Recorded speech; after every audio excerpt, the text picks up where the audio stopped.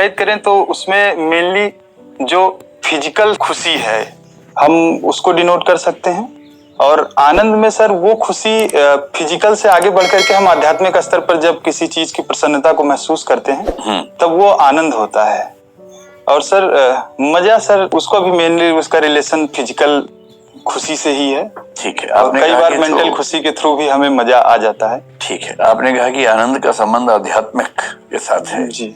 तो ये आध्यात्मिक क्या होता है, स्पिरिचुअल क्या होता है? सर इसको मैं ऐसे सर व्याख्यायित करना चाहूंगा कि जैसे अगर कोई ऋषि या मुनि है या कोई भी सामान्य व्यक्ति है, वो जब अध्यात्म से जुड़ता है और जब उसको कोई अचीवमेंट होती है तो वो जो खुशी है वो आनंद कही जाती है। जैसे महात्मा बुद्ध को जब बुद्धत्व की प्राप्ति हुई तो वो आनंद की अवस्था थी। चलिए, बुद्ध को तो आनंद आया जी।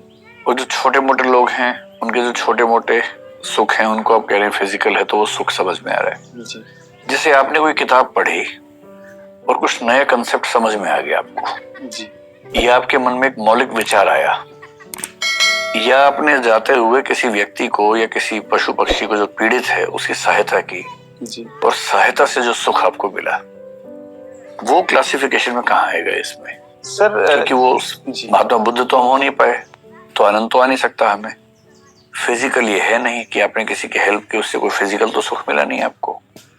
तो सुख और आनंद की जो स्केल है उसमें कहाँ रखेंगे उसको?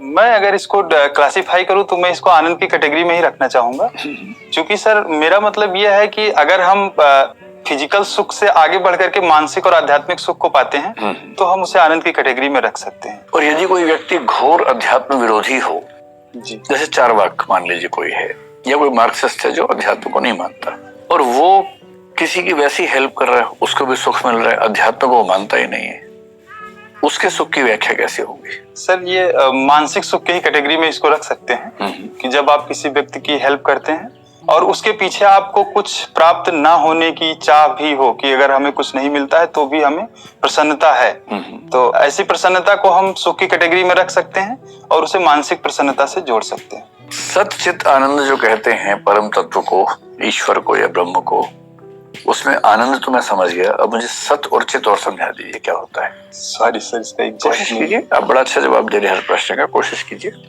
आप इतिहास के विद्यार्थी हैं, आपने अद्वैत वेदांत को, वैष्णव वेदांत को पढ़ा ही होगा जी, और उसमें शब्द बार बार आता है सच्चिदानंद जिसको बोलते हैं, तो क्या है सच्चिदानंद का मतलब? सर इस टर्म से तो मैं अवेयर हूँ लेकिन इसका एग्जैक्ट मीनिंग सर मुझे नहीं पता है, मैं कोशिश सर कर सकता हूँ। कोशिश कीजिए। सच्चित आनंद का मतलब सर, चित्त का मतलब होता है मन,